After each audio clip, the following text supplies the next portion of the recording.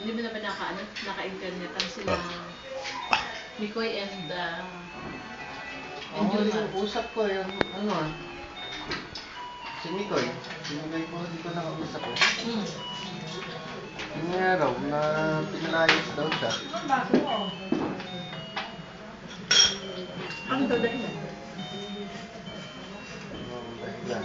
Yung hindi ko po na alam. Hindi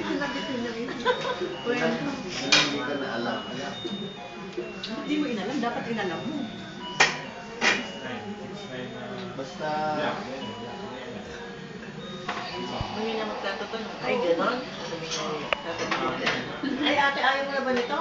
Eh, ano ba sila yung kinain ng pusit? Kinain mo ba yun na kinain ng pusit?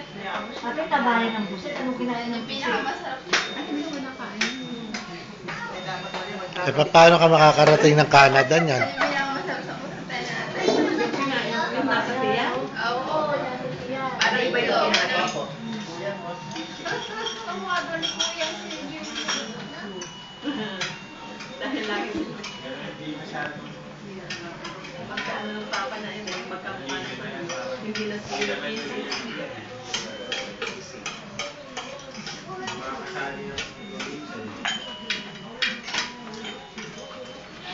ipopost na naman na i-vlog sa YouTube kasi ma-showcase. Iingit niya si Ate Lisa.